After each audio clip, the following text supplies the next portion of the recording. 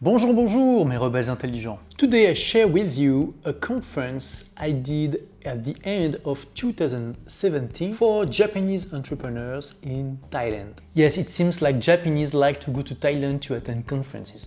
But why did I do a conference for Japanese entrepreneurs? I'm glad you asked, because actually it's just because I went to Tokyo in March 2017 and then I met quite a few entrepreneurs, and one of them, Hideki, asked me what I do, and when I told him like what is my lifestyle, the fact that I travel 6 months a year and I focus more on the quality of my life than to make money, but I try to do the both, he told me, oh, you should totally like share that to the Japanese, because Japanese, most of them, they are very career driven, they work like crazy, and sometimes they really sacrifice their life for the job, so they need to hear that. That's why he invited me to do this conference. So here it is, how to inspire hundreds of thousands of people while doing anything you want for 6 months a year. 盛大な拍手でお迎えください、オリビエ・ゴロン。 The things we used to do, used to be. I could be the one to make you feel that way. I could be the one to set you free. Key? It was not too fast. Okay, let's do it again. Key? Yeah, awesome. So, how to do anything you want 6 months a year while inspiring hundreds of thousands of people.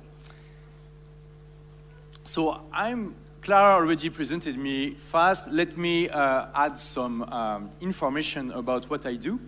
I'm a French YouTuber, blogger, author. I inspire hundreds of thousands of people every month. I feel very blessed by that. I mostly speak about entrepreneurship and personal development. And I have today, I'm very pleased to say, I have the biggest YouTube channel in French about entrepreneurship and personal development. And I just published a book last year. I just did the anniversary a few days ago that sold 35,000 copies in the first year, so it's very good. France is not as big as the US, so we consider in France that a book is a bestseller when it reaches 10,000 copies. So I did 3 times that and more for the first year, so I was very happy. And that's great. I have a business that allows me to help a lot of people and to earn a lot of money, but that's not the whole story, because this business gives me also a lot of freedom. I travel 6 months a year since 2011. I usually work between 10 to 15 hours a week when I travel, and when I don't, I work 30 to 40 hours a week. So when you do the calculation for the average on my number of hours of work per week on the year, it's not too bad. And so it's very relaxing. This is my favorite activity when I'm traveling, relaxing on the beach. And what is very important to understand, is that's what I want to share with you, is how to have a business that is in service of your life instead of your life being in service of your business. And it's a very important distinction to have, because so many entrepreneurs, yes, they are successful, yes, they have great businesses, but usually they work too much. They work 60, 70 hours a week, and it's not really pretty common to see that. And so they get stressed, they get burned out, sometimes they have to quit their business, so it's a mess. So in this presentation, I want to share with you how you can achieve also this kind of freedom, how you can build a business that is in service of your life. And the first step, that's where most people get it wrong, because the first step is counterintuitive. Because most people, when they want to have more freedom in their life, when they want to have more free time, what do? They try to be more productive. And it seems very logical at first sight, But there is a problem with that. The problem with that is, as humans, we fear the void. We hate the void. What do I mean by the void? It's simply that we hate to have nothing to do. We hate to be at home and be bored. We need to do something to not be bored. And so I have a question for you. What do you think happens if you become more productive and you gain, let's say, 2 hours per week, and you have nothing outside of work to fulfill you? If you become more productive and you gain 2 hours a week and you have nothing outside of work to fulfill you, what you will do is more work. Because it's just the simplest thing to do. When you are in front of your computer and you have nothing else to do, it's just so easier to stay in front of your computer, even if it's not really important, even if it's not something that will bring value to your business and your life. You can, for example, I don't know, sort files on your computer. You can check Instagram and Facebook again, just to make sure that a customer didn't send you a message or something like that. You can check your emails again and again. So the first counterintuitive step is not to be more productive, is to find something outside of work that really fulfill you. And when you do that, it's almost magical, because when you find something you're passionate about outside of work, automatically you want to work less, and you want to be more effective, and you want to be more productive. And when you gain 2 hours in your week, you know why. You know what you want to do with these 2 hours. You want to, I don't know, you want to have horse lessons, you want to learn a musical instrument, you want to practice yoga, or do something that really makes you full in your heart. So for me, the activity I found that really fulfill me outside of work is traveling. That's why I travel so much. When I travel, I want to do so many things beside working. I want to relax at the beach. I want to do activities like, here you see me in a plane when I was taking flight lessons. I want to have fun with my friends. I want to discover new things. Here you see me with a Japanese master in Kyoto and with my girlfriend. And it was amazing. We had a samurai lesson. We learned how to cut bamboo with a samurai sword. We learned how to meditate like Japanese samurai. And he even did like a bit of music with his bamboo flute. So I want to do a billion things beside working. And so I'm way more effective. So the question I have for you is, what kind of activity can you find or explore that will fulfill you outside of work? That's the first step. Now let's talk a bit more about what you can do, how you can set up your business so it gives you more freedom. And let's talk about what almost every company does now in the world. Most companies follow this model, what I call the synchronous model. And for most companies, it's still unconscious. They didn't think really about that. But their whole business is built following this model, which means basically that all exchanges have to be done in real time. So they set up their whole business with this foundation, this idea that everyone has to exchange in real time, which means phone calls, meetings. They ask people to be at the same place, in the same hours, so you have office hours. They ask people to exchange in real time through chat, etc., etc. And to be fair, for centuries, for millenniums, it was the only way to have a business. You couldn't do anything else besides having real-time exchanges. But now, with the tools we have and the internet, it is possible to have a new model to build your business on something new, what I call the asynchronous model. And with this asynchronous model, I built my company following these. It's very simple. Nobody needs to communicate in real time. It's just unnecessary.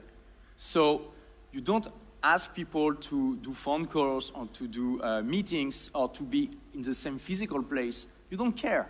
Most of the exchanges are made in an asynchronous way. So in my business, almost all the exchanges are made through emails and a task management software called Asana.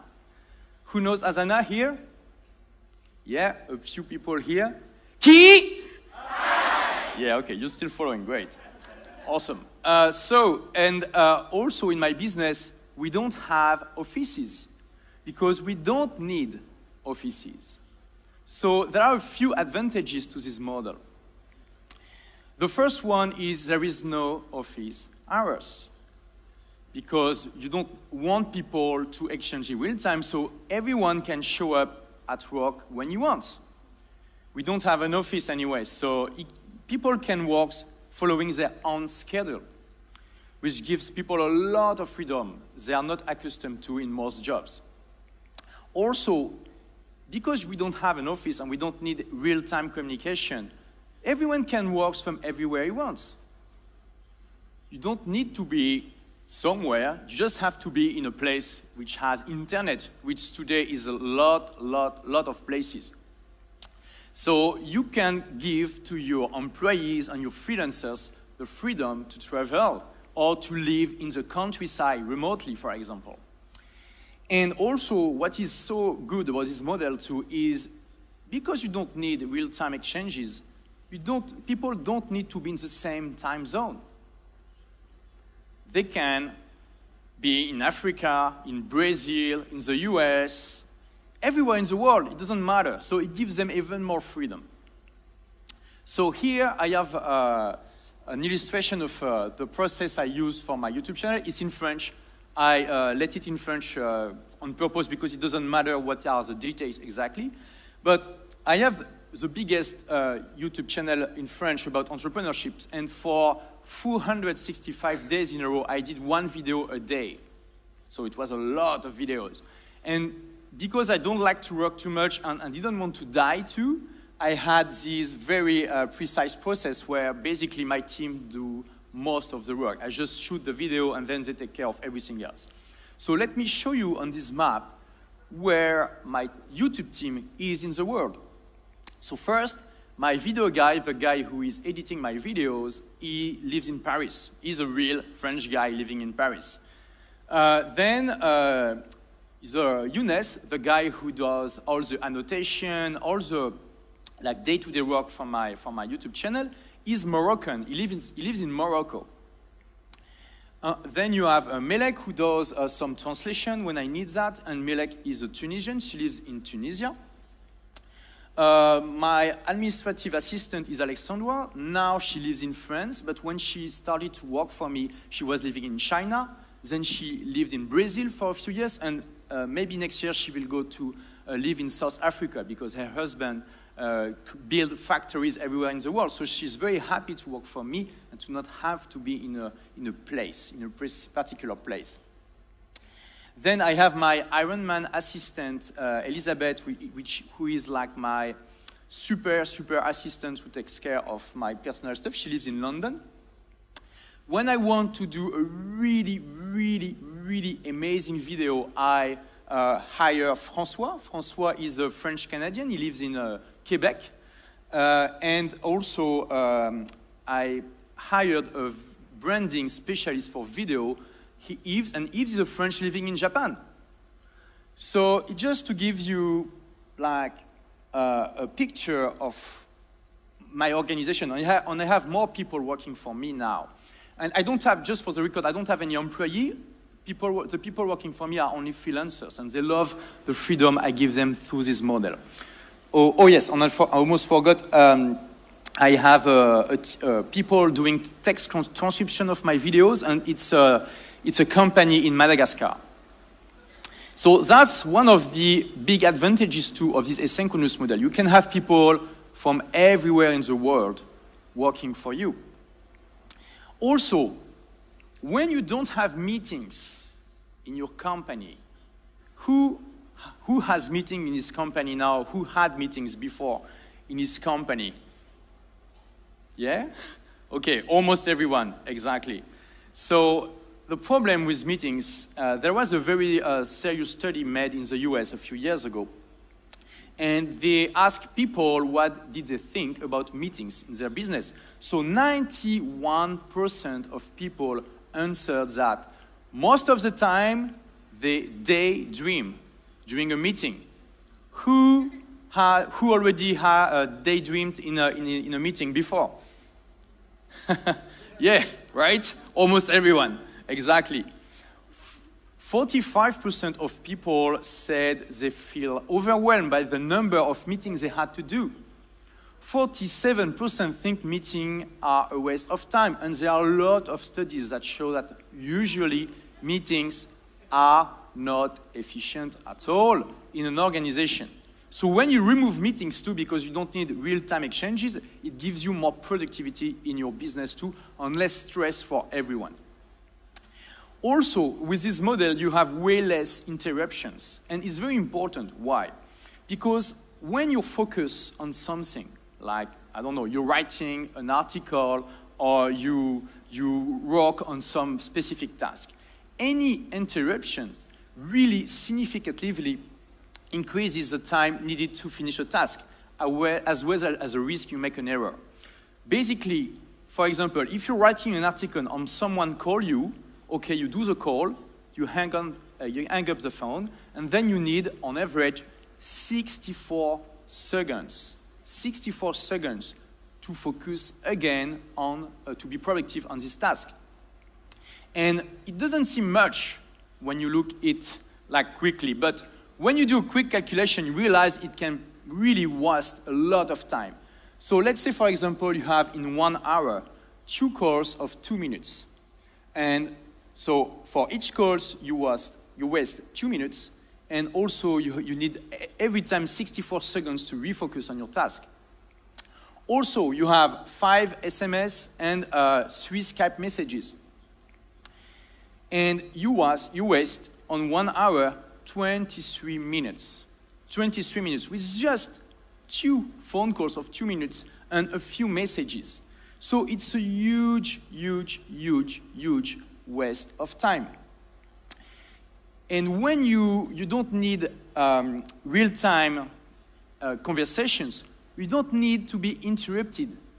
You don't need someone to call you. You don't need to have your notification on your phone, because you can choose your own interruptions. So it helps you a lot to be more productive and also to be more happy, to give you more freedom for your mind. In fact, my business in design is designed to give maximum autonomy to its members. It's impossible to have an urgency in my business. Not everything is designed so urgencies don't exist at all. And even in the case an emergency happens, my team knows how to manage it. And I want to share with you something that usually really shock people, but I have maybe 12 people working for me right now. Nobody in my team has my phone number. They don't have my phone number. Why? Because they don't need to call me. Why they don't need to call me? Because there is no urgency in my business, and we don't want to exchange in real time anyway, so who cares? The only exception is my super Ironman assistant, who lives in London, and she knows exactly my lifestyle, so she has my phone number, and she knows how to use it efficiently. Just imagine what your life will be if your phone never rings. How it will bring you more peace and productivity and happiness. And not only it never rings, but also you never have any interruption from your phone. Your phone cannot interrupt you. You don't let your phone interrupt your life. You choose when you want to focus on your communications. So I'm not saying it's like the perfect model ever, and it doesn't have flaws. It has some inconvenience, so I want to share them with you, because it's clear this model is not for everyone. Because some people, well, they need guidance to work. If you give some people like the freedom to organize themselves as they want, with no office hours, and they can work remotely where they want, some people, they will don't do anything. It just so happens. So it's not for everyone. It's for people who are autonomous and love their freedom. And also, because you don't have an office, you don't have a physical location where people can meet, well, for some people it can be hard because some people really need the kind of automatic socialization that an office gives. Every day they go to the office and they see people and they feel good about it. So if you give them the freedom to work without an office, to work from home, for example, they will feel alone and depressed and sad because they don't see much people. So this model is for people who love freedom and can also socialize outside of work. But the fact is, today, I mean, internet technologies are very recent in human history. And it just seems like maybe 10 or 15 years that this kind of model is possible for most of people. But the fact is, a lot of people still go to work, to the office every day, more by tradition than by reflection. And what I mean by that is basically, if you work on a computer today with an internet connection in an office, chances are you don't need to be in the office. You can just work on your computer from home or from everywhere else.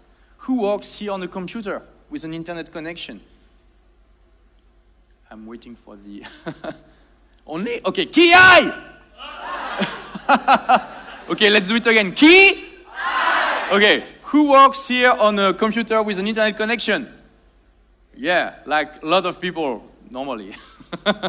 All right, so, and the question I have for you too, in your business, in your daily task, what task can be done remotely, either partially or completely? And when you ask yourself this question, it can give you an idea of how you can implement this model into your business.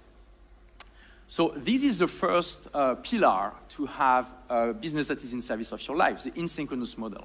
Let's talk now about this guy. Who knows Pareto? Who heard of him before? Nobody? Okay, a few people, all right. So Pareto was an Italian economist, and he discovered something very, very odd at the beginning of the 20th century. And it was that no matter where you look, no matter when you look in history, you have 20% of the countries that has 80% of the wealth of the world. And when you look in the countries, it's the same. 20% of the people shares 80% of the wealth of the country. And at the beginning, it was just like kind of an economical law. But in the 40s, 50s, people realized more and more that actually this principle applied to a lot of different fields.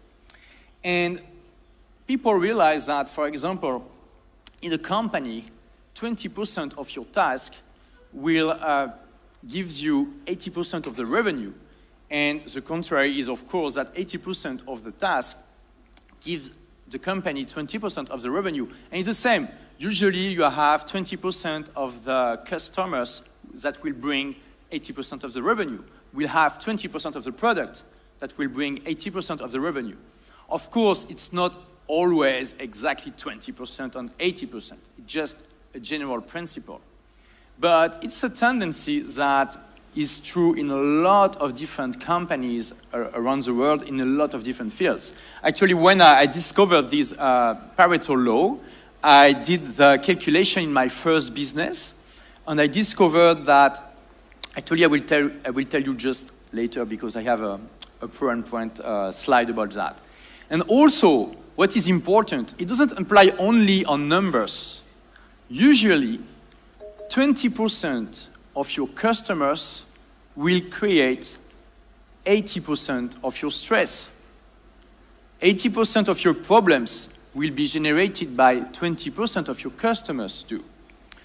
So the general law is 80% of effects are made by 20% of causes.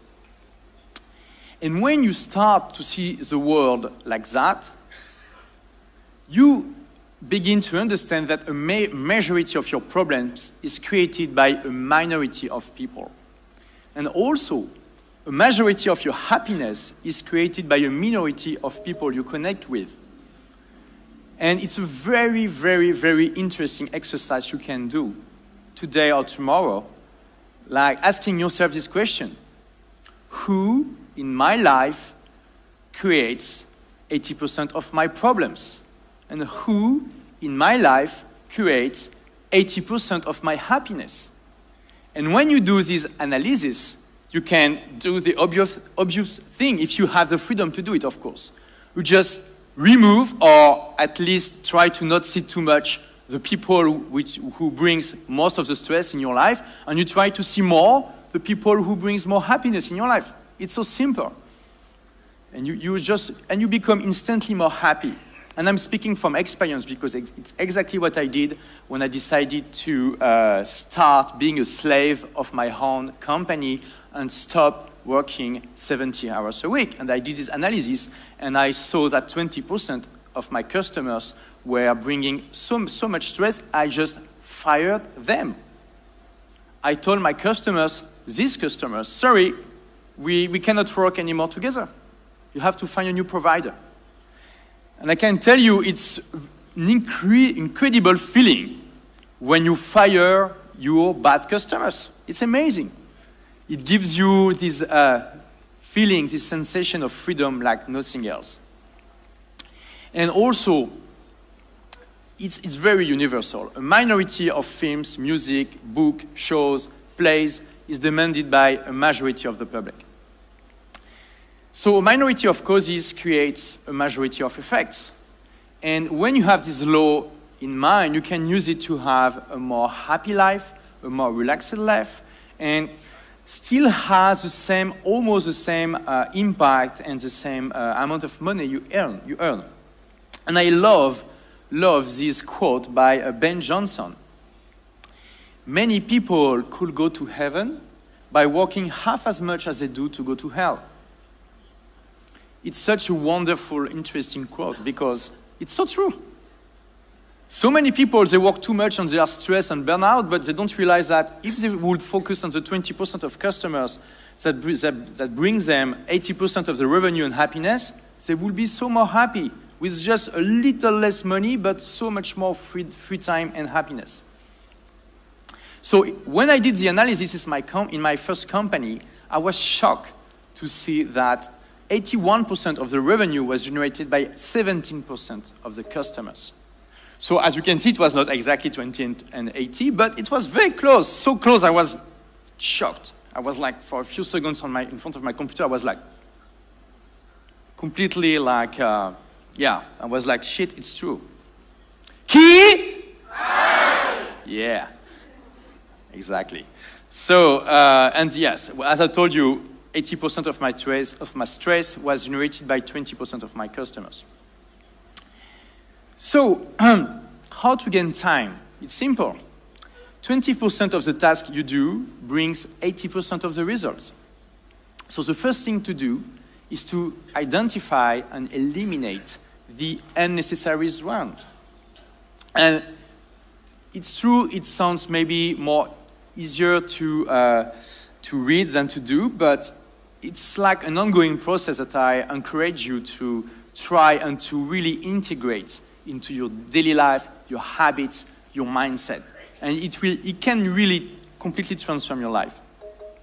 You can ask frequently this question: why do I do that? Is it really necessary?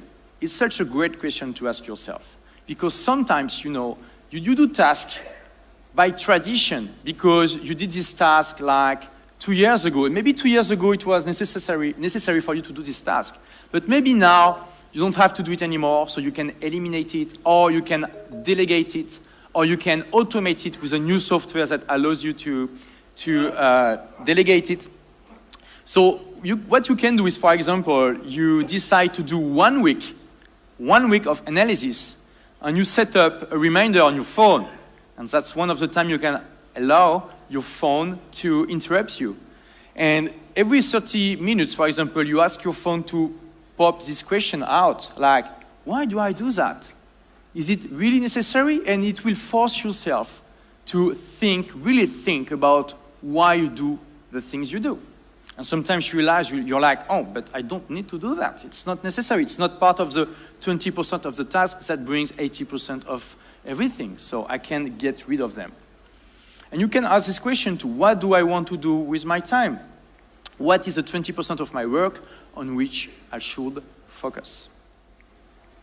So that's the second pillar of having a business that is in service of your life. First pillar, asynchronous model. Second pillar, 20/80 analysis on a constant basis. And third pillar is habits. Habits are very, very, very important for productivity. At the beginning, when you try to have this kind of lifestyle, it's a bit hard to, okay, I need to think 20/80, I need to think on why I do that, and it's a bit hard, but you need to force yourself until it's a habit. And let me share with you a story, a true story of what happened with my book. So with my book, it took me 4 years to write it. And my goal was to write 1,000 words a day. So 4 years, and the book is 230,000 words total. So I'll let you do the calculation. Did I succeed in my goal of writing 1,000 words a day? I failed miserably, completely. And to be fair, I wrote more than this number of words because, of course, I also eliminated a lot of stuff, but still. I was not as productive as I wish I was.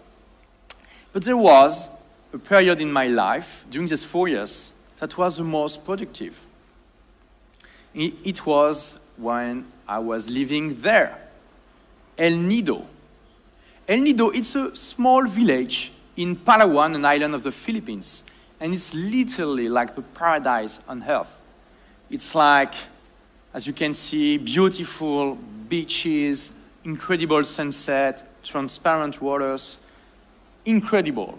And I had a very, very, very consistent habit there. I had a routine every day.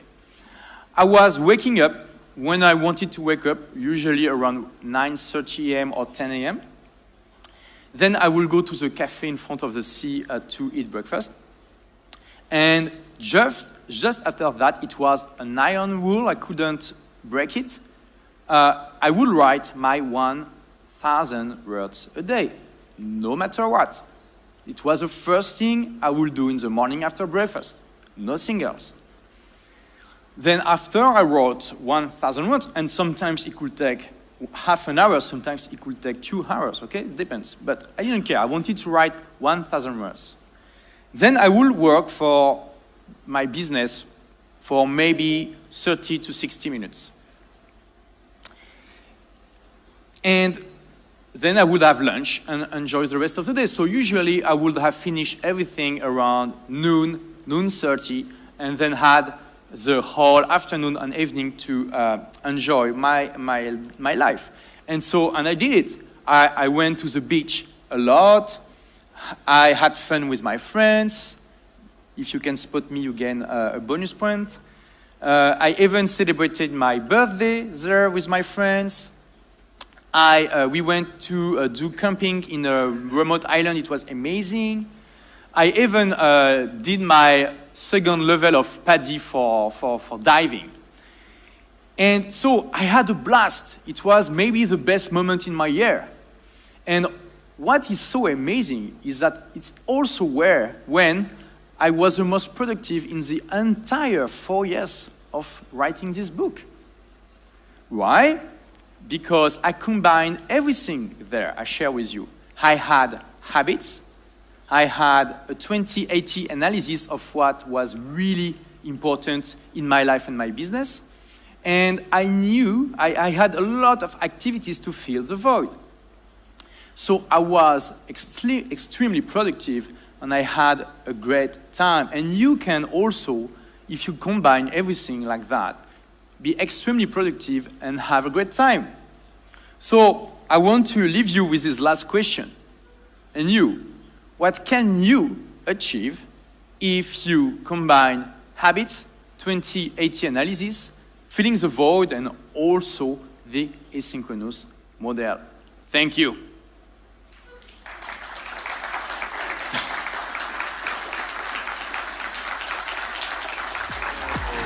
Qui? Yeah. So, mes rebelles intelligents, I hope you enjoyed this video.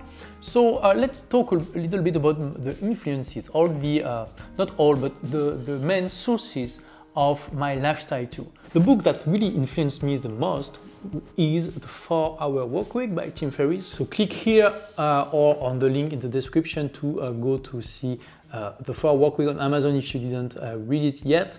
And also The He-Myth by Michael Gerber, which is also recommended by Tim Ferriss at the end of his book. And you know, nothing really replaced practice. When I read The 4-Hour Workweek, I decided to have this lifestyle. A lot of people read The 4-Hour Workweek, were inspired but didn't do anything.